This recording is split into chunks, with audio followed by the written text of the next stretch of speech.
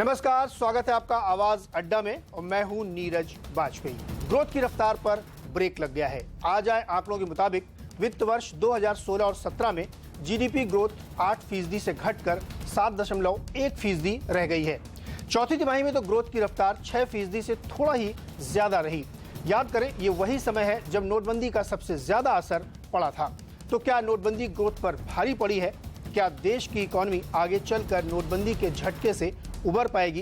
क्या जीएसटी नोटबंदी की चोट पर मरहम लगा सकता है या फिर उसे और खराब करेगा?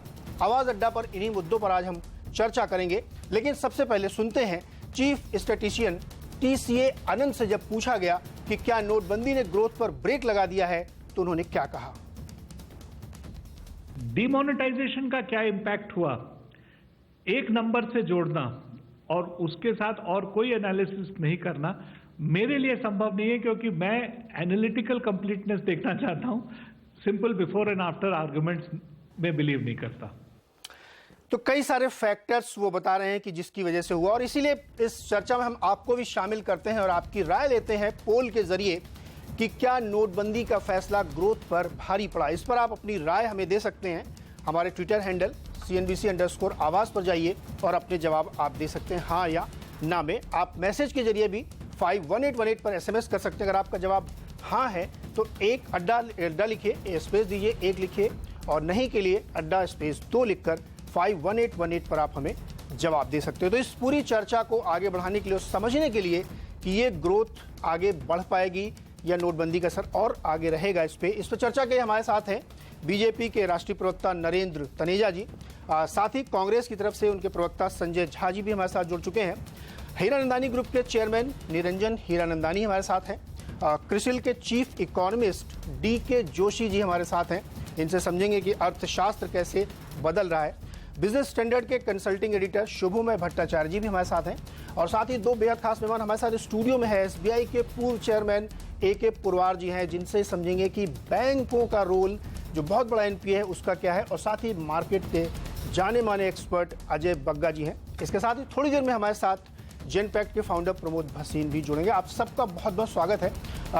चर्चा शुरू करूं मैं, इससे पहले मैं अपने सभी गेस्ट को ये बता दूं कि हम लोग शुरुआत में 1.5 मिनट का एक राउंड रखते हैं जिसमें सब लोग अपनी अपनी बात, अपने प्रेमाइस सेट करें। उसके बाद इस डिबेट को हम ओपन करते हैं। तो चर्चा की शुरुआत में सबसे पहले तनेजा जी से करूंगा, चूंकि सरकार के प्रतिनिधि के तौर पर आए हैं। तनेजा जी, बिल्कुल साफ सा सवाल है, आंकड़ों पर आप नजर रखें। पॉइंट ब्लैंक क्वेश्चन में पूछ रहा हूं कि नोटबंदी का असर दिख रहा है साफ तौर पे, क्योंकि Q4 की जो GDP है वो 6.1% आई है जो इम्पैक्टेड है, और जो पूरे साल का एवरेज आप 7.1% देख रहे हैं वो भी इस आधार पे कि रिवाइज की गई है, इसलिए Q1 और Q2 की GDP बहुत बढ़ी है, तो ये एवरेज होकर 7.1 है। तो निश्चित तौर पे नोटबंदी का असर तो दिख रहा है। क्या कहेंगे आप?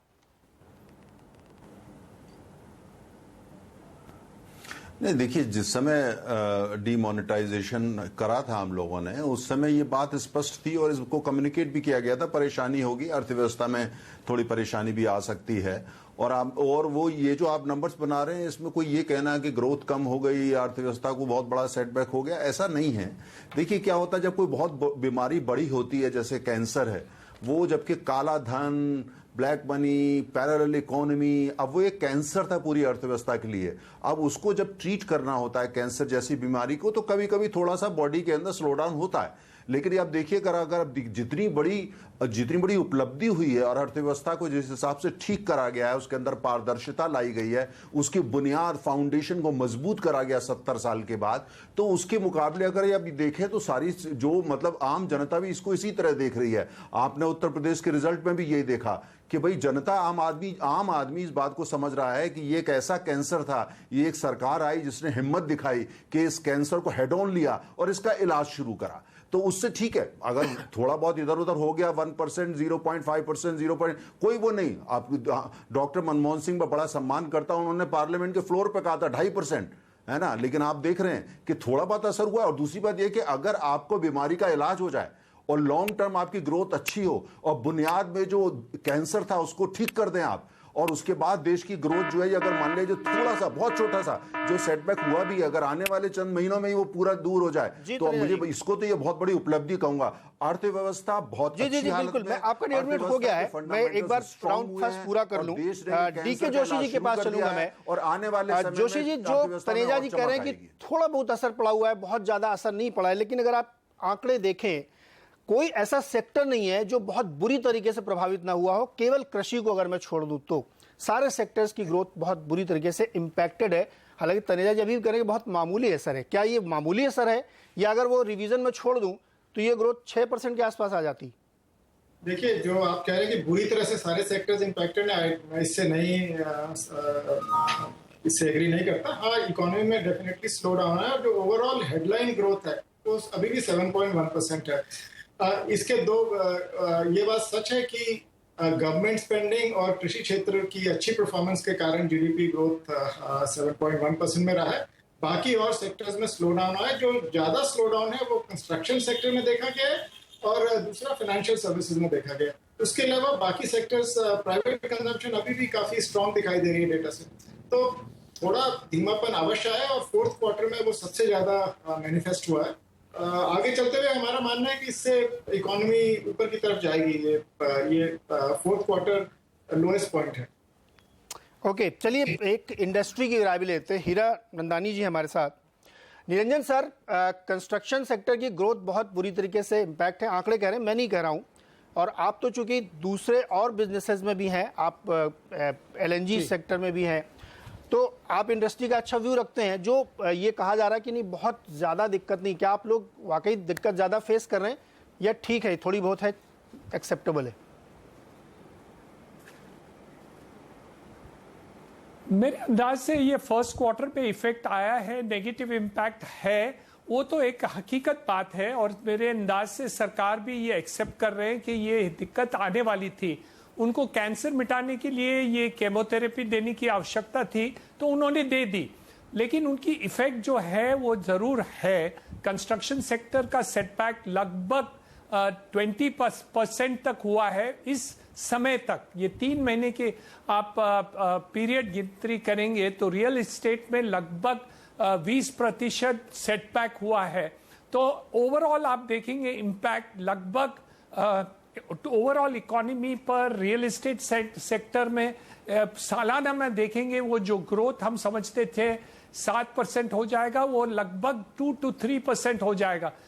Construction sector, real estate sector को मार जरूर पड़ी है, और पड़ने वाली थी, ये अपेक्षा रखे थे, और हम समझते थे ये रहने वाली है। और लेकिन हम ये उम्मीद रखते हैं कि आगे इसका नेगेटिव इम्पैक्ट जो रहा है वो कॉम्पेंसेट हो जाएगा। लेकिन उसकी दूसरी बात जो आ रही है साथ साथ में, कि रेरा की इम्प्लीमेंटेशन और जीएसटी की इम्प्लीमेंटेशन भी अभी साथ साथ में आ रहे हैं, और उसकी जो प्राइमरी इम्पैक्ट होगी रेरा की और जीएसटी की, उसके हिसाब से मुझे भय है कि शायद कंस्ट्रक्शन सेक्टर की जो इंक्रीमेंट एक्सपेक्टेड थी कि हम अप्रैल और जून, अप्रैल मई जून में हम इंप्रूव करेंगे, वो शायद नहीं होगी। जी, तो नंदानी जी ये मान के चल रहे हैं कि ग्रोथ पे इम्पैक्ट तो आया है, लेकिन ये शायद ज़रूरी था, जो आगे चल के ठीक होगा। एक राय लेते हैं शुभमय भट्टाचार्य जी की, जो बिजनेस स्टैंडर्ड के कंसल्टिंग एडिटर है। सर, आप तो बहुत तमाम सारे सेक्टर्स को हर एनालिसिस के तौर पे देखते हैं। जो सरकार के दावे हैं, जो भी आपने बीजेपी प्रवक्ता के दावे सुने, आपका व्यू क्या बन रहा है कि ये जो ग्रोथ है इसमें बहुत दिक्कत नहीं आएगी और हम लोग सही ट्रैक पे हैं, इसके बावजूद कि जो गवर्नमेंट स्पेंडिंग है उसको बहुत रिस्ट्रिक्ट कर लिया गया, 3.5% का भी आंकड़ा आया, 3.51 जो मेंटेन कर रहे हैं। तो इसको देखते हुए जो आज ये आंकड़ा आया, इस पे आपकी राय क्या है?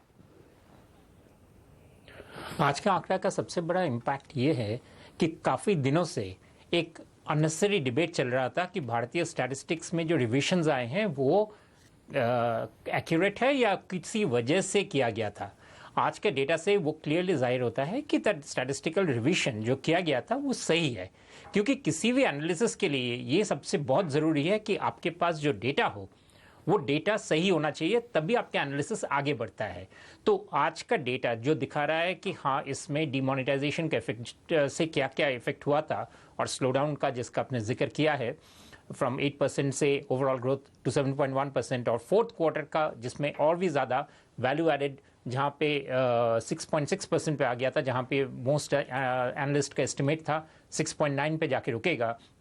इससे साफ बताता है कि हमारे जो जीडीपी की जो रिवीजन जिसको लेकर बहुत बड़ा डिस्कशन चल रहा था कि ये करेक्ट रिवीजन हुआ है नहीं, वो डिबेट खत्म हो जाता है। हमें पता चलता है कि हाँ जीडीपी के जो मेजरमेंट आंकड़े जो है वो हमारे पास सही आ रहे हैं, और मुझे लगता है आज का डेटा का ये एक बहुत बड़ा सिग्निफिकेंट इम्प्लीकेशन है।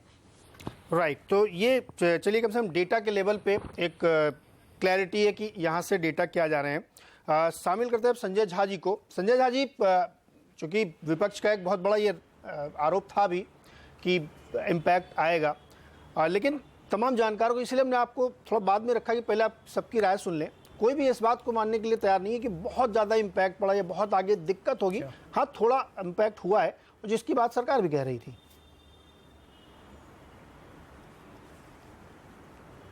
देखिए नीरज जी, हमारे विशाल और महान देश में 1 या 1.5% यदि जीडीपी अनुमान से कम हो, वो बहुत ही बड़ा उसका एक प्रभाव होता है। लाखों की नौकरी जाती है, गरीब और भी गरीब होते हैं। तो ये भारतीय जनता पार्टी का यदि नज़रिया है कि ये मामूली है, कुछ भी नहीं है, तो मैं समझता हूँ कि वो ज़मीनी हकीकत से वो बहुत ही दूर है। वो आसमान पर है, ज़मीन पर सच्चाई कुछ और है।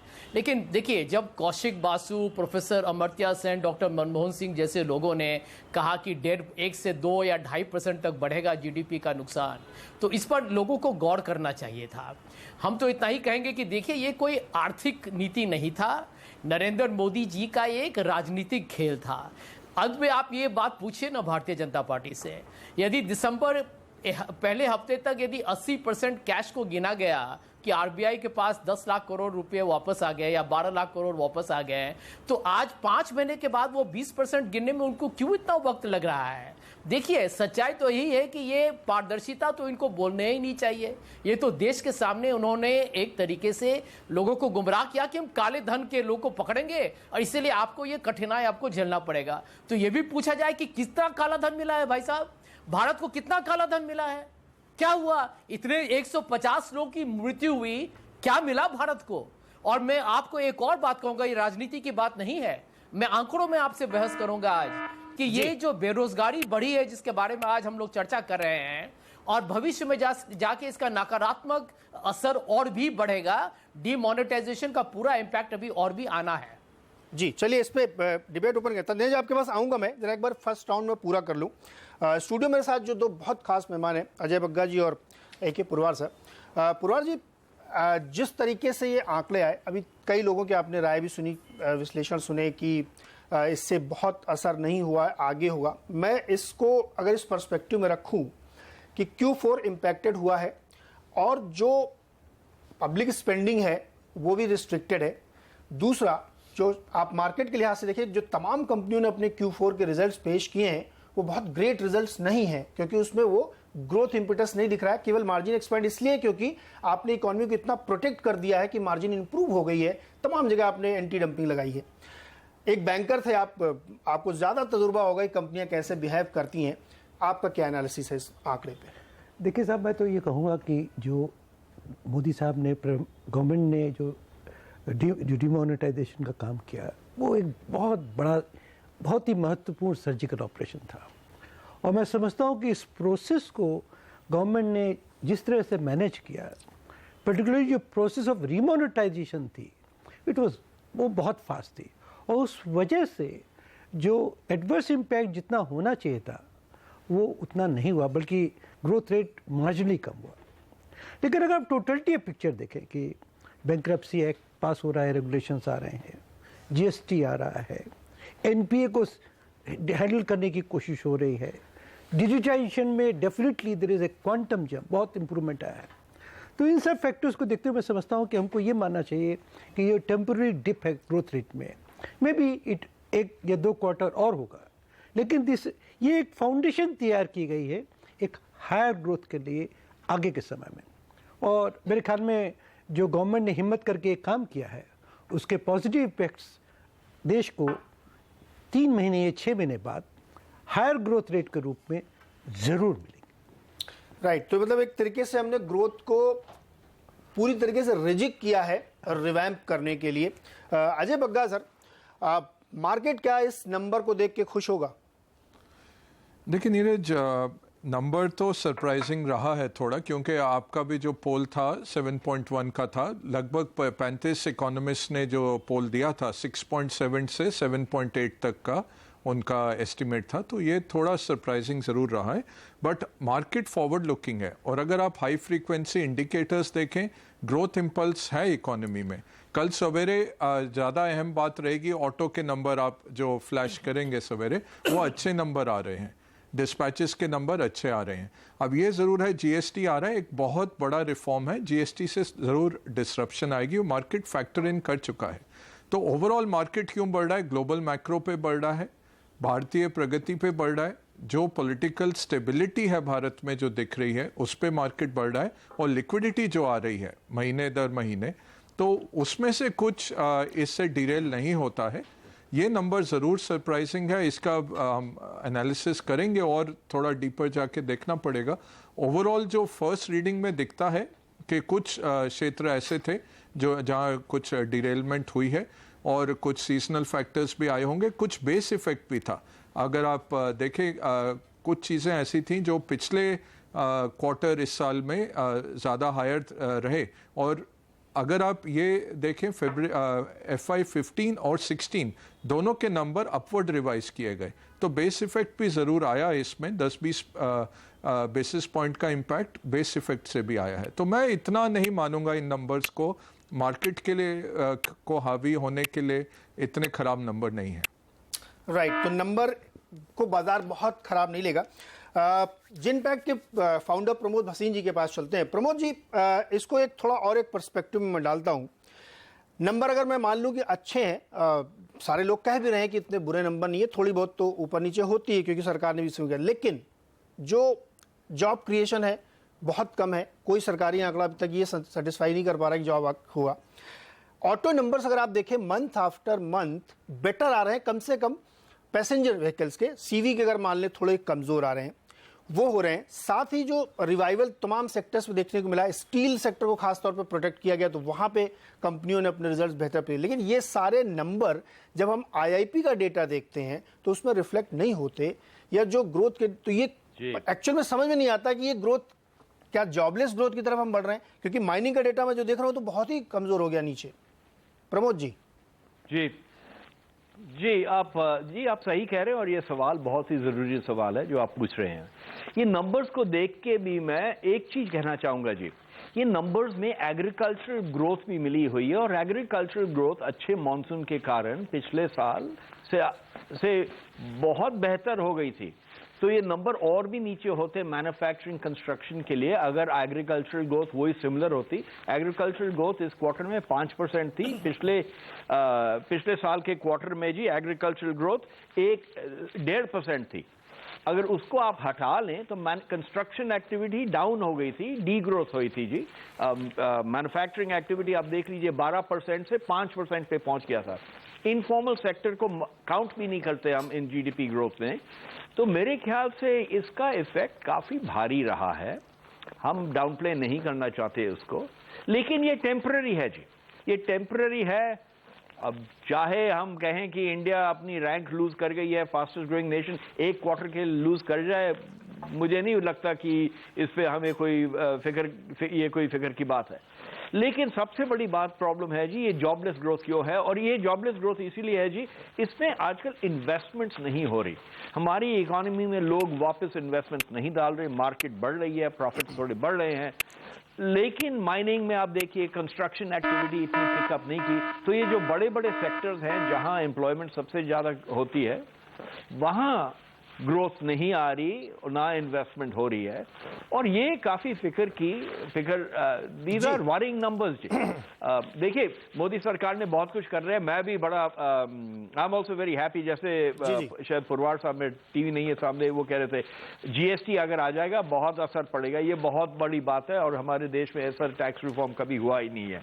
तो बहुत चीजें, bankruptcy code, banking, RBI rules, वो सब हो रहे हैं, लेकिन हमें जोर से देखना पड़ेगा कि हमारी इंडस्ट्री इन्वेस्ट क्यों नहीं कर रही। और मेरे इनफॉर्मल रिकॉर्डिंग यही है, मैं जब लोगों से बात करता हूं कि लोग कह रहे हैं कि हमारा इतना डिमांड अभी तक नहीं बढ़ा है, हमें वेट करना पड़ेगा और देखना पड़ेगा। जी बिल्कुल, वसीम साहब इसी चीज को मैं आगे बढ़ाता हूं, चूंकि हिरनदानी जी को जल्दी जाना है, इसलिए मैं एक सवाल पहले तनीजा जी से लेता हूं, उसके बाद डिबेट ओपन करता हूं मैं कि कोई भी इंटरजेक्ट कर सकता है। तनीजा जी, जो प्रमोद जी ने कहा बहुत महत्वपूर्ण बात है कि पिछले 3 साल से हम ये सुन रहे हैं कि पब्लिक स्पेंडिंग जो है वो हमने टाइट की है क्योंकि हमको टारगेट अचीव करना है, लेकिन जो प्राइवेट इन्वेस्टमेंट है वो नहीं आ रहा है। तमाम कोशिशें हम कर रहे हैं, उसके बावजूद वो दिख नहीं रहा है, या इतनी ज़्यादा ओवर कैपेसिटी हमने पहले ही बना रखी कि उसी को एग्जॉस्ट कर लें तो शायद हो, इसीलिए शायद जॉब का डेटा भी गड़बड़ा रहा है। दूसरा संदर्भ ये है मेरा कि अब जीएसटी आप लागू कर रहे हैं तो प्री जीएसटी भी लोग अपनी इन्वेंट्री क्लियर कर रहे हैं, तो उसकी वजह से थोड़ा प्रॉब्लम है, और जब जीएसटी लागू होगा तो उसके 1 क्वार्टर तो आपको ये झेलना ही पड़ेगा। तो आगे के 6 महीने भी क्या आप कन्विंसिंगली ये कह सकते हैं कि ग्रोथ हैम्पर नहीं होगी? नहीं, देखिए आपने बात करी डोमेस्टिक खास तौर से इन्वेस्टमेंट। पहली बात तो एफडीआई देखिए, एफडीआई रिकॉर्ड आया भारत के इतिहास में इतना।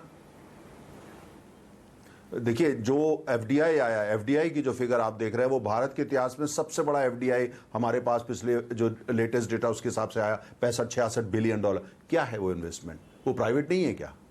पहली बात, वो उसमें प्राइवेट, ज्यादातर प्राइवेट ही इन्वेस्टमेंट है, लगभग सारा ही प्राइवेट इन्वेस्टमेंट है वो। अच्छा, दूसरी ये बात रही कि ये जो आप रेफर कर रहे हैं जो हमारे प्राइवेट इन्वेस्टमेंट देश के अंदर की, ये एनपीए जिस हिसाब से पॉलिटिकल मंत्रियों के कहने पे लोगों को लोन दिए गए थे, विजय माल्या पैदा हुए, कांग्रेस पुत्र तमाम इस तरह के पैदा और पुत्रियां पैदा हुई थी, उससे थोड़ा इंपैक्ट आया, हम उसको माना, उसी को हम ठीक कर रहे हैं, उसी पे लगे हुए हैं कि जल्दी से वो बीमारी जो है, ये दूसरा कैंसर जो था, इसको हम कैसे ठीक करें। और उसका आप देखेंगे जैसे ही उसका हल निकलता जाएगा, उसका सीधा सीधा ये होगा जो डोमेस्टिक इन्वेस्टमेंट है उसकी फिगर बढ़ने वाली है। लेकिन मुझे समझिए तो जो क्विक पॉइंट मैं कहना चाहता हूं वो ये, देखिए राजनीति देश के अंदर साथ में अल्टीमेटली इकोनॉमिक्स किसके लिए होती है? अर्थव्यवस्था आम आदमी के लिए होती है। अगर आम आदमी उससे खुश है तो बस अर्थव्यवस्था सफल है किसी भी देश की। और हमने ये देखा है कि चाहे वो डीमोनेटाइजेशन को लेकर के उत्तर प्रदेश के 22 करोड़ लोगों ने क्या मैंडेट दिया, पूरी दुनिया जानती है, उन्होंने उसका पूरा समर्थन दिया। साथ में आप ये देखिए एफडीआई की फिगर मैंने आपको दी, एफडीआई का मतलब कि पूरी दुनिया के जो एफडीआई लेके आते हैं वो बड़ा माइक्रो एनालिसिस करते हैं, माइक्रो एनालिसिस माइक्रो एनालिसिस करते हैं। अच्छा, वो हर चीज को उसको गौर से देखते हैं। अच्छा, इंडिया का परसेप्शन जो है, इंडिया का परसेप्शन जो है वो ऐसे बहुत सारे प्रपोजल हैं जो पॉलिसी लेवल पे अटके हुए हैं। इसीलिए मैं कह रहा हूं, मैं एक बार हिरनदानी जी के पास जाऊंगा क्योंकि उनके पास समय कम जल्दी है। हिरनदानी जी, जो इन्वेस्टमेंट की बात अभी तनेजा जी ने कही बहुत एफडीआई आ रहा, एग्रीड, फिगर्स दिख रहे हैं, लेकिन ग्राउंड पे नहीं दिख रहा मुझे। 3 साल हो चुके हैं।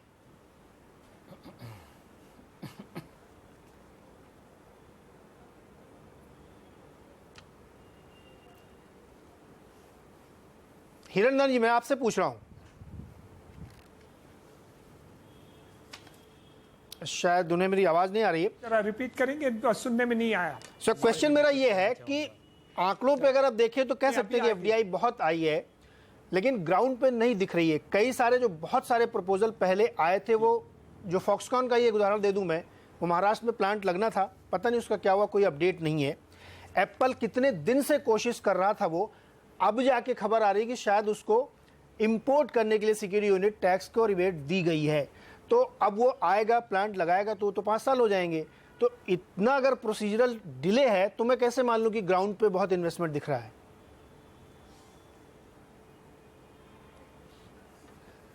मेरे अंदाज से जो अपने डिमोनेटाइजेशन का इफेक्ट रहा और उसके बाद में जो कंटिन्यूसली डिसरप्शन रहा है, उसको कुछ समय तो लग जाएगा इसको पूरे रास्ते पर लेने के लिए।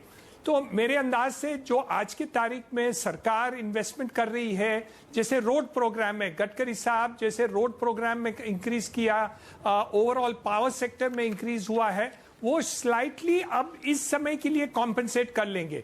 ज्यादातर क्या होगा, ये रेरा की इफेक्ट भी नेगेटिव रहेगी 3 महीने तक। उसके बाद में जो नए नए प्रोजेक्ट्स शुरुआत हो जाएंगे अफोर्डेबल हाउसिंग के क्षेत्र में, और जो ये सेक्टर को बूस्ट देना चाहती है सरकार ने, नरेंद्र मोदी साहब की जो ऑब्जेक्टिव है कि हाउसिंग फॉर ऑल बाय 2022 जो करना चाहते हैं, उसका जो पॉजिटिव इफेक्ट मेरे अंदाज से और 6 महीने आगे चले जाएगी, क्योंकि रेरा और जीएसटी एक साथ में आने के कारण उनको कुछ तो प्रॉब्लम रहने वाला ही है। तो ओवरऑल आप देखा जाएगा तो मुझे लगता है कि कंस्ट्रक्शन सेक्टर, रियल सेक्टर में काफी रुकावट आ सकती है, लेकिन ओवरऑल जो सेंट्रल गवर्नमेंट और स्टेट गवर्नमेंट जो इन्वेस्टमेंट करती है, जैसे आप देखिए मुंबई क्षेत्र में इंफ्रास्ट्रक्चर पर सरकार लगभग ये 5 साल के अंदर 1,65,000 करोड़ स्पेंड करना चाहती है। मेट्रो में, कोस्टल रोड पर, Navi Mumbai airport, cross harbour bridge, ro ro और इस टाइप की जो नए प्रोजेक्ट्स में वो इन्वेस्टमेंट करना चाहती है to compensate for the setback which private sector is not doing at this point of time. तो मेरे अंदाज से सरकार की जो इन्वेस्टमेंट है इंफ्रास्ट्रक्चर पर, वो ये लगभग 6 महीने की जो रुकावट आ रही है इन द कंस्ट्रक्शन सेक्टर और real estate sector investment by the private players, वो शायद ये 3, 4, 6 महीने में उसको रिवर्स हो सकती है। और जो इंसेंटिवाइज किए हैं बजट के अंदर अफोर्डेबल हाउसिंग में, उनको परमिशंस अब तक नहीं आई है। This is prospective, all permissions granted after June and they will be brought into rule operations only after September, October, November, December। तो मेरे अंदाज से इसकी रोल आउट जो आप देख रहे हैं, increase in construction real estate, आपकी बात से मैं थोड़ा सा सहमत होते हुए भी मैं ये कहूंगा कि मुंबई में जिस तमाम प्रोजेक्ट से आप बात करें, नवी मुंबई एयरपोर्ट में अभी तक पता नहीं कि उसका फाइनेंशियल क्लोजर हुआ कि नहीं हुआ है, और अभी भी उसकी कुछ अप्रूवल्स बाकी है। एमटीएचएल की बिडिंग अभी तक नहीं हुई है, काम होता हुआ दिख रहा है, लेकिन एक्चुअल में पता नहीं हो रहा है कि नहीं हो रहा है। शुभमय वह चलते हैं। शुभमय, मेरा सवाल यह है कि सरकार की नीयत पे तो किसी को शक नहीं है, काम हो रहा है, लेकिन एक कदम वो बढ़ाते हैं। जैसे बहुत अच्छा काम किया उन्होंने कि रियल एस्टेट सेक्टर के मास हाउसिंग को प्रधानमंत्री आवास योजना बूम दिया उन्होंने, लेकिन साथ में रेरा लगा दिया। तो एक कदम उठाते हैं, साथ में एक स्पीड ब्रेकर। अब थोड़ा सा नोटबंदी के बाद अगर आप रिमोनेटाइज होकर अच्छा काम करते तो जीएसटी आ गया। तो ये जो उलझन है, मतलब ओवरऑल चेंज करने की वजह से क्या पॉलिसी इसके लिए हर्डल बन रही है क्या? नीरज, मेरा कहना यह है कि डोमेस्टिक इन्वेस्टमेंट तब तक स्ट्रीमलाइन नहीं होगा जब तक हमारे ऊपर से जो एनपीए का जो इफेक्ट है वो स्टॉर्म क्लियर नहीं हो जाता है। और ये काफ़ी दीर्घकालीन स्टॉर्म है, क्योंकि ये प्रॉब्लम्स हमने बहुत सालों से नज़रअंदाज करते हुए चले गए हैं, और अभी प्रैक्टिकली कोई भी मेजर इंडस्ट्रियल ग्रुप नहीं है जिनका एनपीए में ए गुड पार्ट उनका कैपिटल ब्लॉक नहीं है। तो जब तक अभी जैसे गवर्नमेंट ने ऑर्डिनेंस लाए हैं, आरबीआई को एम्पावर किए हैं कि RBI will be involved in bank के साथ रेजोल्यूशन में, ये चीज़ें बहुत बड़ा चीज़ है, क्योंकि क्रेडिट, फ्रेश क्रेडिट आप देख रहे हैं, आपके जो डेटा आए हैं कि बहुत डिप कर गया है। और डिप इसीलिए किया है क्योंकि कोई भी मेजर इंडस्ट्रियल सेक्टर क्रेडिट नहीं ले रहे हैं। हाँ, ये ज़रूर है कि जैसे स्मॉल इंडस्ट्रीज़ मुद्रा स्कीम के तहत बहुत सारे ले रहे हैं, फिगर्स आर वेरी इनकरेजिंग, लेकिन उनका टिकट साइज बहुत कम है। मेजर इंडस्ट्री भारत में रुके हुए हैं, और ये रुके हुए हैं इस वजह से क्योंकि इनका जो पहले का जो लोन लेने का जो प्रोसेस था, क्रेडिट अप्राइजल का जो सिस्टम था, वो प्रैक्टिकली कोलैप्स था। और उसी के अंदर में हमने जो इंफ्रास्ट्रक्चरल एक डेफिसिट क्रिएट किए हैं, over 6 लाख करोड़ का एनपीए, वो एनपीए में जब तक मेजर सुधार नहीं आएगा, कॉर्पोरेट्स अपने पैसे वापस करेंगे, कुछ हद तक हेयर कट लेंगे, इफेक्ट करेंगे, इन सारी चीज़ों का इफेक्ट आएगा, तभी जाके आपको डोमेस्टिक इन्वेस्टमेंट में चेंज आएगा। अभी इस वक्त पॉजिटिव है कि फॉरेन इन्वेस्टमेंट्स वो आने शुरू हो रहे हैं, और वो इसलिए आ रहे हैं क्योंकि उनको दिख रहा है कि जो पॉलिसीज़ हैं वो पॉलिसीज़ एक तरफ जा रहे हैं, टू स्ट्रीमलाइन की तरफ, विच इज़ गुड, एंड वो ज़रूरत भी है। एंड इसी के जाने की वजह से बाहर से इन्वेस्टमेंट आ सकते हैं, बट नेचुरली बाहर का इन्वेस्टमेंट पूरा डोमेस्टिक जो डिफिसिट है उसको कैपिटलाइज उसको कवर कम नहीं कर सकते। जिस पे मैं आना भी चाह रहा था कि ये जो लोन वाला मामला है ना, एनपीए 6.5 लाख करोड़ के एनपीए, फिर वो रेजोल्यूशन बना, आरबीआई बहुत कोशिश लगी है, जेन्युइन लग रही है। तो चूंकि हमारे साथ पूर्व बैंकर बैठे हुए हैं, पुरवार जी, जो सबसे बड़े बैंक भारत के चेयरमैन रह चुके हैं।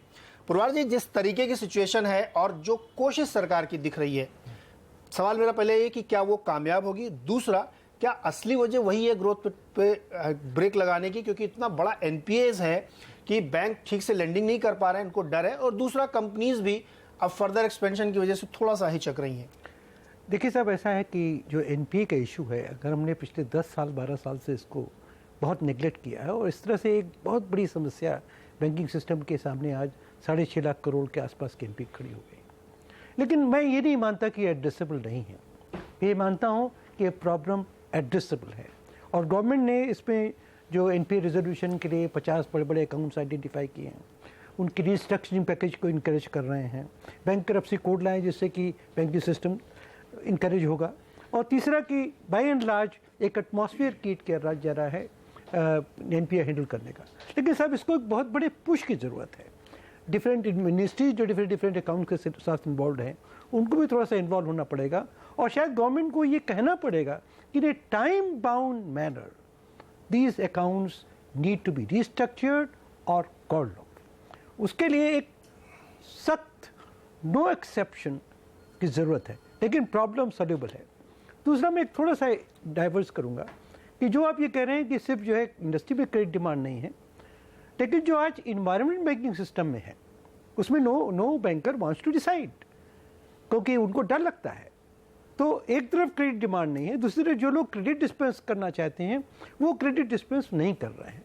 तो अगर गवर्नमेंट को दोनों तरफ ही काम करना पड़ेगा, एक तो बैंकिंग सिस्टम को इनकरेज करना पड़ेगा कि वो क्रेडिट डिस्पेंस लें, अगर वो इंटीग्रिटी से डिसीजन लेते हैं तो उनको प्रोटेक्ट किया जाएगा, और दूसरा कि एनपीए जो हैं उनको एक टाइम बाउंड मैनर में सख्ती से रिजॉल्व करना। जोशी जी के पास चलते हैं। जोशी जी, इसके बाद में संजय झा जी के पास जाऊंगा, क्योंकि ये एनपीए वाला मामला बहुत हद तक पुरानी सरकारों से जुड़ा हुआ है। लेकिन जोशी जी, आंकड़ों के आधार पर अगर हम देखें तो बहुत फेवरेबल भी लगते हैं और बहुत डरावने भी लगते हैं।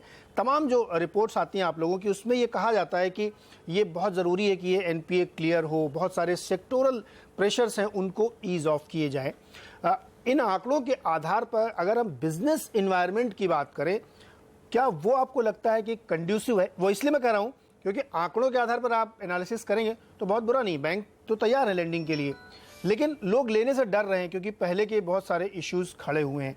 तो बिजनेस एनवायरनमेंट को लेकर के क्या चिंताएं हैं, या लोगों के अंदर सिर्फ एक हिकअप है? देखिए, आपने मैं प्राइवेट इन्वेस्टमेंट से शुरू करूंगा। आपने इसका मुद्दा इस मुद्दे पे बात हो रही है कि प्राइवेट इन्वेस्टमेंट पिकअप नहीं हो रही है। इसके 3 मुख्य कारण है। एक तो ये है, एक फैक्टर जिस पे प्राइवेट इन्वेस्टमेंट डिपेंड करती है, ईज ऑफ डूइंग बिजनेस। उस पर थोड़ा सरकार ने काम अवश्य किया है, और पॉजिटिवली वो जो वर्ल्ड इकोनॉमिक फोरम के आप कंपैरेटिव रैंकिंग वगैरह देख लीजिए, वो सब उसमें पॉजिटिव है। पर जो प्राइवेट सेक्टर इन्वेस्टर है वो सिर्फ इसलिए नहीं इन्वेस्ट करता क्योंकि इट्स इजियर टू इन्वेस्ट। तो 2 और चीजें उसके लिए आवश्यक हैं। एक है कि उस जो प्रोड्यूस करने जा रहा है उसके लिए डिमांड कितनी है उसके आइटम की, और अगर हम मैन्युफैक्चरिंग सेक्टर को देखें तो कैपेसिटी यूटिलाइजेशन अभी गिर ही रहा है पिछले कुछ सालों से। तो कैपेसिटी ऑलरेडी इनफ है टू सर्विस दी डिमांड, इसलिए उनको एक्सपैंड करने की जरूरत अभी नहीं दिखाई दे रही। अनलेस प्राइवेट कंजम्पशन और तेजी से बढ़े, तब जाके ये प्राइवेट सेक्टर वाले उनका आउटलुक जो डिमांड की तरफ है वो ज्यादा पॉजिटिव होगा, और वो they will be incentivized to invest. तो तीसरा कारण है जिसके कारण प्राइवेट इन्वेस्टमेंट होती है और इस समय नहीं हो रही है, वो ये है लेवरेज। जो प्राइवेट सेक्टर कंपनियां हैं, पर्टिकुलरली इंफ्रास्ट्रक्चर सेक्टर में, उनका डेट बहुत ज्यादा है, तो दे आर डीलेवरेजिंग, अपना डेट कम करने की कोशिश कर रहे हैं। तो क्लियरली एक फैक्टर थोड़ा फेवरेबल हुआ है, which is ease of doing business, और जो बाकी के 2 फैक्टर हैं वो अभी भी अनफेवरेबल है। जब तक ये नहीं होता तब तक प्राइवेट सेक्टर एग्रेसिवली नहीं आएगा। और जहां तक मैन्युफैक्चरिंग का सवाल है, ये 95% प्राइवेट सेक्टर एंटरप्राइज है, इसमें गवर्नमेंट का रोल बहुत कम है। जी बिल्कुल। संजय झा जी के पास चल। संजय झा जी, देखिए, तमाम लोगों की आप राय सुने, सब लोग ये मान रहे हैं कि कोशिश हो रही है और एनपीए एक बड़ा उसमें एक इशू है।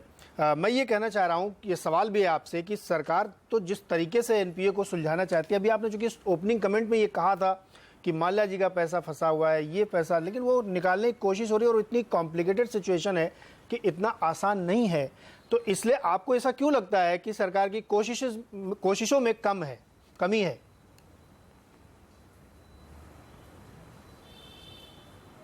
देखिए नीरज जी, यदि आप स्टॉल्ड प्रोजेक्ट्स के आंकड़ों को देखेंगे तो वो लगातार एक बहुत ही तेज रफ्तार में बढ़ता जा रहा है।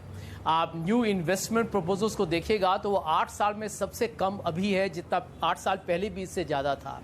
अब मैं आपको एक चीज़ बताना चाहूँगा, जहाँ पर एनपीएस की बात हो रही है, विजय माल्या के बारे में मैं ज़्यादा टिप्पणी नहीं कहूँगा, इतना ही कहूँगा कि उनको राज्यसभा का सदस्य भारतीय जनता पार्टी ने बनाया था और उनको सीबीआई के आंख के नीचे और नाक के नीचे से भागने में लंदन में तो किसका हाथ था वो सब जानते हैं।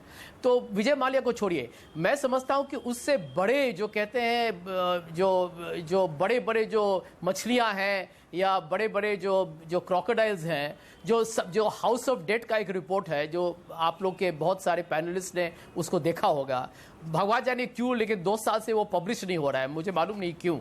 लेकिन हाउस ऑफ डेट के रिपोर्ट में यदि आप बाकी जो बड़े बड़े भारत के जो उद्योगिक जो लोग हैं, जो बड़े नामे जो इंडस्ट्रीज जिनके अंदर है, वहाँ पर जो रिपोर्ट्स यदि आप देखेंगे तो 72,000 से 1,20,000 करोड़ का डेट है। और ये एनपीए नंबर्स पिछले 3 साल में बहुत बढ़ चुके हैं। उसके पूरे आंकड़े मेरे पास अभी नहीं है, लेकिन कम से कम 18 से 20% बढ़े हैं। अब आप ये बताइए कि कब तक भारतीय जनता पार्टी आके यहाँ कहती रहेगी कि 3 साल पहले हुआ था। अरे 3 साल से आप कर क्या रहे हैं? और यहाँ पर मैं एक चीज आपको बताऊंगा, जैसे आपके एक और शायद भसीन जी ने कहा था कि यदि एक आंकड़ा है जिस पर कोई वाद विवाद नहीं हो सकता है, जिसमें लोग कहते हैं कि अर्थव्यवस्था का हालत या उसका स्वास्थ्य क्या है, वो है कि उस अर्थव्यवस्था में नौकरी होती है या बेरोजगारी का क्या हाल है। आप उस आंकड़े को देखिए तो ये साफ उभर के आ रहा है कि भारत में प्राइवेट इन्वेस्टमेंट बहुत कम है, क्रेडिट ऑफटेक इतना लो हो चुका है। बिल्कुल। कि अब आप संजय जी तनेजा जी से जवाब ले लेते हैं। आरबीआई पर निंदा की कि आरबीआई ने इंटरेस्ट रेट जवाब ये देना चाहते हैं, आरबीआई ने बैंक रेट्स को कम किए, पिछले 3 साल के बावजूद कुछ बदला नहीं केवल है। पिछली सरकार को दोष दे रहे हैं कि उन्होंने इतना गड़बड़ किया था इसलिए इतना एनपीए। तो पिछले 3 साल से आपने क्या उपाय किए, संजय जी को बताएं। तनेजा जी। देखिए नीरज जी, मैं संजय जी से ज्यादा कोई बहस कर, देश की जनता उनको रिजेक्ट कर चुकी है, देश की जनता उन्हें रिजेक्ट कर चुकी है। उनकी नीतियां, चेहरे पे कैंसर था जो एनपीए के रूप में दिख रहा है, और उस कैंसर का इलाज करने की जगह उन्होंने क्या करा, उसको और बढ़ाया।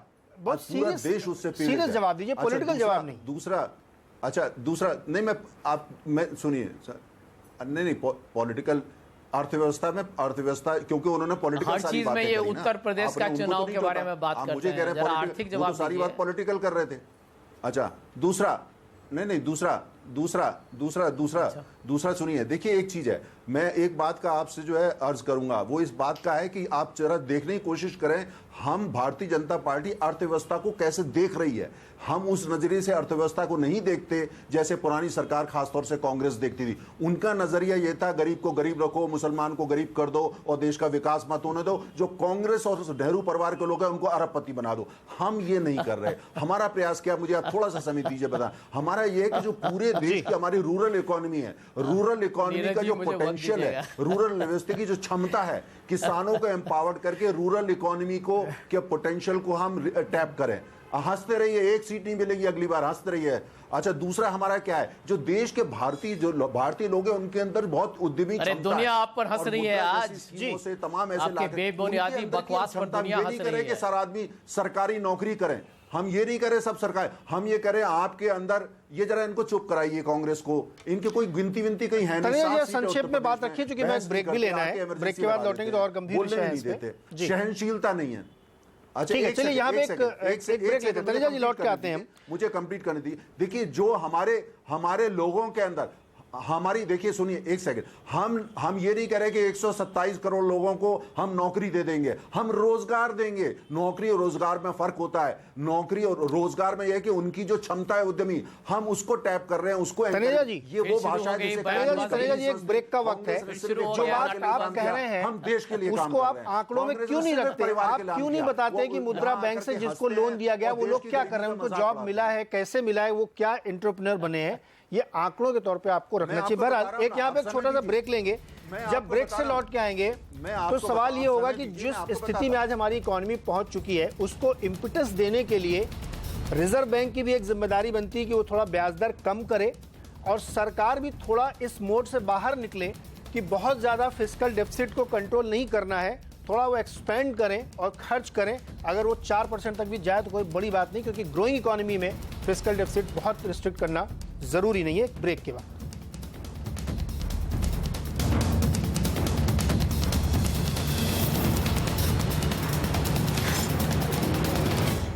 एक बार फिर से स्वागत है आपका आवाज अड्डा पे। और आज हम चर्चा कर रहे हैं कि ग्रोथ पर क्या नोटबंदी भारी पड़ी है, उसकी रफ्तार पे ब्रेक लगाई है और उसके तमाम पहलुओं पे हम चर्चा कर रहे हैं कि आगे इसको कैसे इम्पिटस दिया जाए। इसी पे हम सवाल भी पूछ रहे हैं कि क्या नोटबंदी का फैसला ग्रोथ पर भारी पड़ा था। आप अपने जवाब हमें दे सकते हैं हमारे ट्विटर हैंडल पे जाकर के या SMS करके भी दे सकते हैं। इस डिबेट को आगे बढ़ाते हैं। अजय सर आपके पास आते हैं। मार्केट के लिहाज से देखिए बहुत पैनी नजर रखता है और ये कहा जाता है कि बाजार 6 महीने आगे चलता है।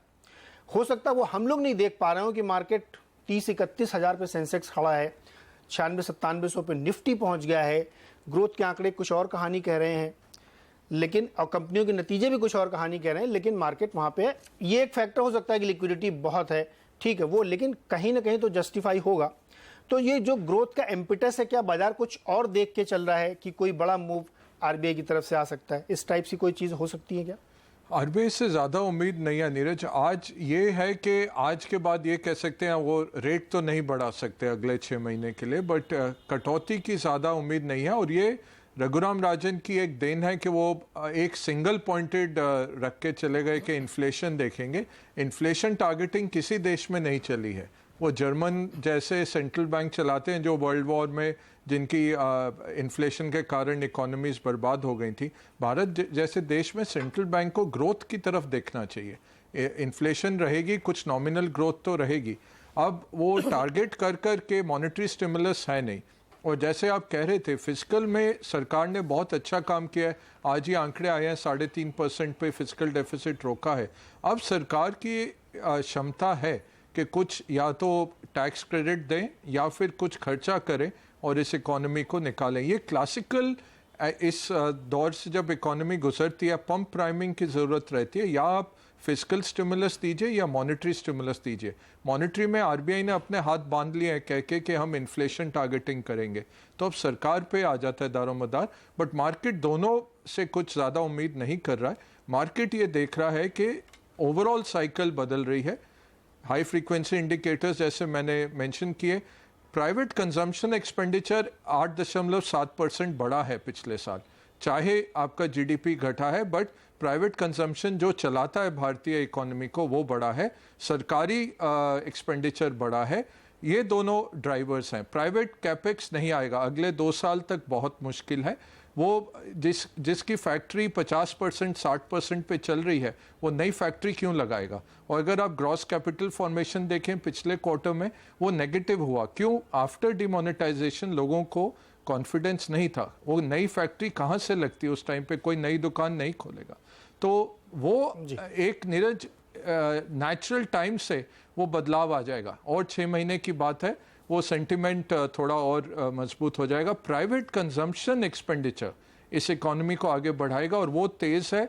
मॉनसून अच्छा रहेगा, वो और तेज़ी से आएगा और तब उसके चलते मार्केट चलेगा, उसमें हमें कोई दो राय नहीं है। जी हाँ, बिल्कुल। मॉनसून एक बहुत बड़ा पॉजिटिव ट्रिगर है बाजार के लिए भी, इकोनॉमी के लिए भी, क्योंकि ये अनुमान लगाया जा रहा है कि इस बार मोर देन एवरेज होगा, अच्छी बारिश होगी। और 2 दिन पहले उसने केरल को हिट भी कर दिया। प्रमोद वसील सर, जिस तरीके से अब तस्वीर बन रही है इसमें सरकार के सामने एक बड़ी चुनौती होगी।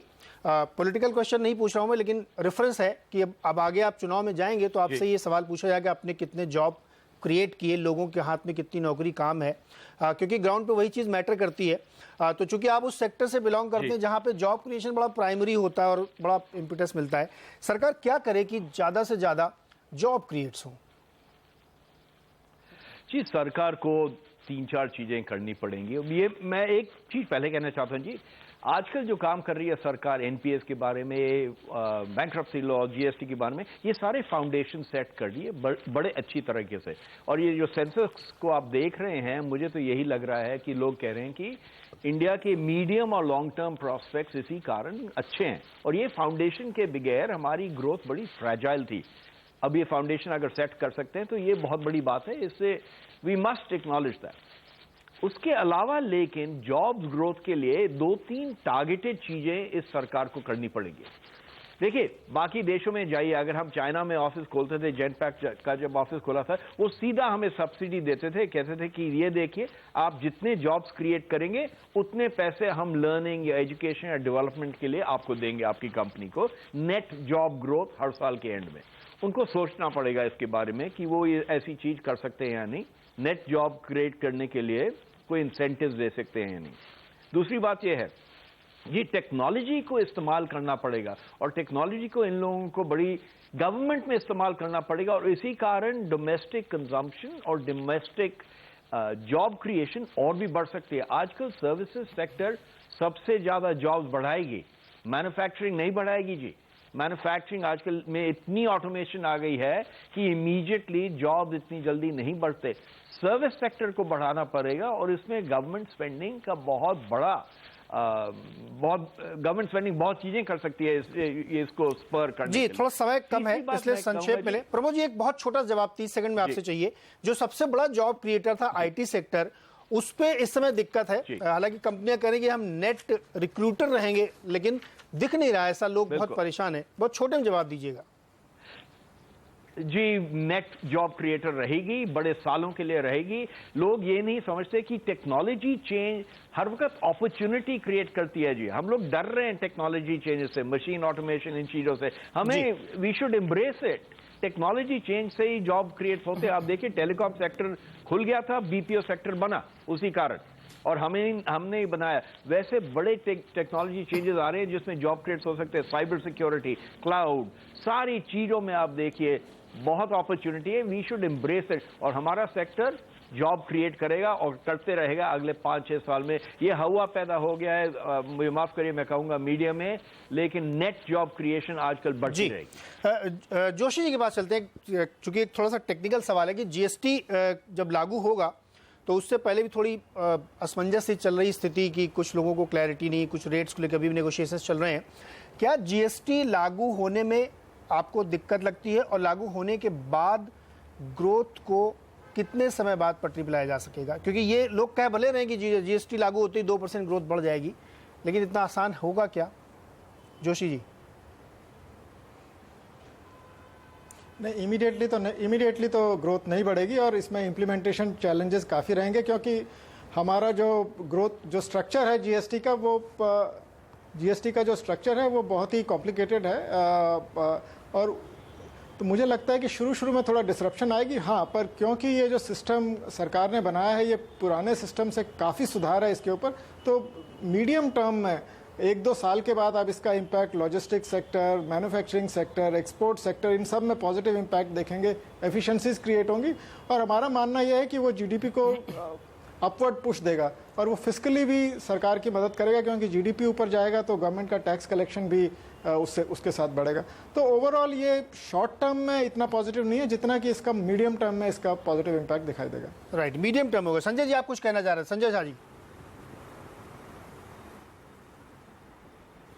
मैं संक्षेप में इतना ही कहूंगा नीरज जी की, देखिए इस सरकार के सामने इतना एक बेहतरीन एक मौका था, क्योंकि देखिए अंतर्राष्ट्रीय तेल का जो एक टेलविंड इस सरकार को मिला, हमारे वक्त से लेके इनके वक्त में अंतर्राष्ट्रीय तेल कम से कम 75% गिरा। इन्होंने आम आदमी को फिर भी टैक्स किया, और हम लोगों ने इनको टैक्स दिया, हम लोग को कोई दूसरा विकल्प तो था नहीं। ये लगभग हमारे अनुमान में 2,40,000 करोड़ की बचत हुई मोदी सरकार को, और उसके बावजूद इन्होंने आम आदमी की जो हालत है उस पर कोई सुधार इन्होंने नहीं किया। और ये पब्लिक स्पेंडिंग की बात करते हैं, लेकिन सच्चाई तो यही है कि यदि इनकी खर्च सही तरीके से कैपिटल स्पेंडिंग में या पब्लिक एसेट क्रिएशन में होता, इन्वेस्टमेंट बढ़ता, क्योंकि पब्लिक स्पेंडिंग कीजिए तो प्राइवेट इन्वेस्टमेंट भी बढ़ता है, तो यदि यहां पर हमारे नौजवान लोगों को नौकरी मिलती, तो एक डेमोग्राफिक डिविडेंड जिसकी हम इतनी चर्चा करते हैं अंतर्राष्ट्रीय बाजार में हर जगह कि भारत की ये सबसे खूबसूरत एक उपलब्धि है, उसको इन्होंने एक सोशल लायबिलिटी बना दिया है। और हम समझते हैं कि इस वक्त एक बहुत बड़ा ये समस्या है, और जब तक हम इस नौकरी की समस्या को हम समाधान न ढूंढेंगे, चाहे ये जितने भी ये बयानबाजी करें, ये हेडलाइन हंटिंग करें, इस सच्चाई को कोई नजरअंदाज नहीं कर बिल्कुल सकता है। मैं एक सवाल लेता हूं पुरवार जी से। पुरवार जी, जिस तरीके का माहौल, तरीका जी सुनिएगा, इसके बाद मैं आपके पास आऊंगा क्योंकि वो संबंध आपसे ही बनेगा उसका। पुरवार जी, आरबीआई की जो हमने चर्चा भी थोड़ी देर बाद मैंने सोचा आपको बीजेपी का जवाब चाहिए। नहीं, अरे सर, आपके बिना जवाब के तो डिबेट कंप्लीट नहीं होगी। मैं चुपचाप बैठा हूं। बिल्कुल, मैं आ रहा हूं। समय देंगे तो बोलिए। पुरवार जी से एक सवाल लेके, नहीं, आप समय देंगे तो बोल देंगे, वरना गवर्नमेंट बैशिंग होने दीजिए। तनेजा जी, उस सवाल का संदर्भ आपसे है, इसलिए आप पहले, चूंकि क्वेश्चन आप सुन लीजिएगा। पुरवार जी आपसे है, संक्षेप में जवाब दीजिएगा। आरबीआई के ऊपर जो हम बार बार फोकस कर रहे हैं कि उसकी जिम्मेदारी बनती है थोड़ा ब्याज दर वो कम करे और इस बारे में सोचे, और जो एनपीए वाला उसने जिम्मा लिया है ना, उसको एक्सपीडाइट करे। क्या रिव्यू है आपका? मैं साहब बहुत सहमत हूँ कि जो आरबीआई का रोल एनपीए रेजोल्यूशन में, एनपीए को सॉल्व करने में आज के ज़माने में बहुत क्रिटिकल है। लेकिन मैं थोड़ा सा डाइग्रेस करूंगा कि एम्प्लॉयमेंट की बात जो इस वक्त हो रही है। नहीं, रेट कट पहले बताइए, करना चाहिए नहीं? रेट कट साहब, आज अगर आप इन्फ्लेशन टारगेटिंग सेंट्रल बैंक अगर कर रहा है तो उसके हिसाब से अगले 3-4 महीने रेट कट की गुंजाइश हमको नहीं दिखती। नहीं लगती। ओके, लेकिन 1 मिनट मुझे समय देंगे आप जी? अगर एम्प्लॉयमेंट जनरेशन की अगर बातचीत चल रही है तो इंडस्ट्रियल सेक्टर से बहुत ज़्यादा एम्प्लॉयमेंट नहीं हो सकता। लेकिन मैं सहमत हूँ कि हमें टेक्नोलॉजी एम्ब्रेस करनी चाहिए, लेकिन हमको कुछ नई चीज़ें भी सोचनी चाहिए। पुरानी जो बहुत सक्सेसफुल स्कीम थी उनको किसी तरह से रिव्यू करके लाना पड़ेगा। और पुराने ज़माने में, हम लोगों के टाइम में, पुराने ज़माने में नहीं कहूँगा, 10 साल पहले एक सेल्फ हेल्प ग्रुप की स्कीम हम लोग रन करते थे, जो बहुत अच्छी स्कीम थी, रिकवरी बहुत अच्छी थी। वो उसको एक मॉडिफाइड फॉर्म में लाना चाहिए, बहुत बड़े स्केल में, जिसमें कि ओवरऑल एम्प्लॉयमेंट क्रिएट कर सकते, रूरल और मासेस तक उससे पहुंच सकते हैं। तनेजा जी, आपके पास आते हैं, बताइए। 3-4 सवाल हैं। क्या आप थोड़ा एक्सपीडाइट करेंगे, आरबीआई के ऊपर प्रेशर डालेंगे? ग्रोथ की बात जो की जा रही है जॉब के रिलेशन में, उसमें कुछ प्लान हमें बताइए, कैसे सरकार उसको टैकल कर रही है? सुनिएगा, जब मैं जी बिल्कुल आपको इसका जो, देखिए, आरबीआई तो कॉन्स्टिट्यूशनल उनकी ऑटोनॉमी है कि आरबीआई कैसे करती है, वो उनका अधिकार है संविधान के अंदर। उनका जो कार्य है, जिस तरह से वो करते हैं, हम उसमें इंटरफेयर नहीं करते, है ना। हम वो सरकार नहीं है जो कि पर्सनल फायदे के लिए 12 लाख करोड़ गबन करने के लिए आरबीआई पे प्रेशर डालें, हम वो नहीं करेंगे। संविधान की हर चीज का पूरा सम्मान करना, ये भारतीय जनता पार्टी का पहला धर्म है। दूसरे, देखिए, जहां तक सबसे, मैं आपसे यही दोबारा कहने की कोशिश कर रहा हूं, आप जिस हिसाब से सारी बहस को देख रहे हैं, इसमें थोड़ा देखिए सच्चाई क्या है। हमारा देश एक फेडरल स्ट्रक्चर है। आपने एक सवाल नहीं पूछा कि किस किस राज्य ने जो जॉब क्रिएट करना है, अर्थव्यवस्था को मजबूत करना है, रिफॉर्म क्या किया। कर्नाटक के अंदर कांग्रेस ने क्या किया, 2 महीने हो गए सरकार पंजाब में अमरिंदर सिंह की, उन्होंने क्या किया। हमारे स्ट्रक्चर के अंदर केंद्र सरकार की भूमिका, पूरी अर्थव्यवस्था के अंदर राज्यों की भूमिका कम नहीं होती। अगर आप संविधान उठा करके देखें तो जब आप सवाल पूछें, इसका डिसेक्शन करें, इसकी तहकीकात करें, राज्यों की, बड़े राज्यों की खास भूमिका को साथ में लेना, उन्होंने क्या कदम उठाए हैं, कौन सा राजनीतिक दल वहां सत्ता पे है, वो क्या कर रहा है, उसको करे। अगर हम बहस करते हैं वो बेईमानी होती है। 16 राज्यों में आपकी सरकार है सर, ज्यादा हिस्सा हमारा ये कहना है कि सर्विसेज सेक्टर की मैं आपको बात कर, सुनिए, अरे आप सुन लीजिए, मैंने ये कम मना करा, मैं आपको बता रहा हूं कि सारी चीज जो आती हैं उनका जो है वो, उसको हमको लेके चलना। देखिए, सर्विसेज सेक्टर, नहीं, वो तो सरकार पूरे देश में हमारी होगी, वो तो आप थोड़ी देर वेट कर लीजिए। पूरे देश में भारतीय जनता पार्टी होनी, बाकी पार्टी का संक्षेप में रखिए, क्योंकि समय की थोड़ी पाबंदी है। अहंकार और घमंड में डूब रहे हैं आप। दूसरा सुनिए ना, दूसरा, let me complete let me complete. अच्छा, दूसरा जो सर्विसेज सेक्टर है, टूरिज्म सेक्टर है, टूरिज्म जो है इतना, उसमें इतना पोटेंशियल है। हमारा पूरा फोकस है कि टूरिज्म से कैसे राज्य सरकारों के साथ मिल करके, क्योंकि राज्यों की भूमिका बड़ी होगी, किस तरह से उसको ऐसा वो बनाए जिससे करोड़ों जॉब पैदा हो सके। दूसरी बात, मैन्युफैक्चरिंग के अंदर जॉब की, जैसा वसीम साहब का एक लिमिटेशन है, तो और कहां रूरल इकोनॉमी, मैं बार बार उस पर आ रहा हूं, रूरल इकोनॉमी के पोटेंशियल में हम कर रहे हैं, उसके बारे में मैं आपसे अर्ज करूंगा, और सवाल हमसे पूछें, उसको तहकीकात करें। अच्छा, तीसरी बात है, जो मुद्रा के अंदर जो हमने 4.25 लाख करोड़ रुपए दिया, 7 करोड़ लोग उसमें एंगेज हुए हैं। आप क्या उसमें कांग्रेस के प्रोपेगेंडा में मत आइए। 7 करोड़ जो हम बात कर रहे हैं वो सीरियस बात है। आप आने वाले चंद महीनों में देखेंगे किस हिसाब से ये जो नए स्टेप्स हमने लिए हैं, पूरी अर्थव्यवस्था के फाउंडेशन से कैंसर हम निकाल रहे हैं, कांग्रेस की संस्कृति को निकाल रहे हैं, कांग्रेस की सोच को निकाल रहे हैं। जी बिल्कुल, जो वक्त की थोड़ी आंकड़े को आप बताइए। मैं आपका पॉइंट समझ गया, मैं आपका पॉइंट समझ गया जी। आप की कोशिश है, जो सरकार की कोशिश है, उसमें किसी को कोई शक नहीं है, लेकिन आंकड़े बोलते हैं, हमें आंकड़ों के आधार पर जाना होता, क्योंकि वो फैक्ट्स है और फैक्ट्स के हम बाहर नहीं जा सकते। तो और सरकार को भारत की बात कर ये डिलीवर करना पड़ेगा कि आंकड़ों पे वो रिफ्लेक्ट हो। हमने इसमें एक सवाल पूछा था अपने दर्शकों से कि क्या नोटबंदी ग्रोथ पर भारी पड़ी है, तो देख लेते हैं उस पर लोगों का जवाब क्या है। 55% लोग मानते हैं कि नोटबंदी का फैसला ग्रोथ पर भारी पड़ा है, जबकि 45% मानते हैं कि ऐसा नहीं हुआ है। तो यहाँ पे हम सबको शुक्रिया करते हुए विराम लेंगे, और चूंकि अब माहौल एकदम उस दिशा में पहुंच रहा है जहां 2 साल बाद यूनियन इलेक्शन है, तो जो बड़े बड़े डेटा पॉइंट हैं, आंकड़े हैं, उसको हम देखना चाहेंगे। वो जॉब क्रिएशन के तौर पे हो, एफडीआई के तौर पे हो, और आपके जो पूरे मार्केट एनवायरनमेंट है उसमें ईज में हो। आप सब लोगों का बहुत बहुत शुक्रिया। आप कहीं मत जाइए, जुड़े रहिए CNBC आवाज़ के साथ, खबरों का सिलसिला जारी रहेगा।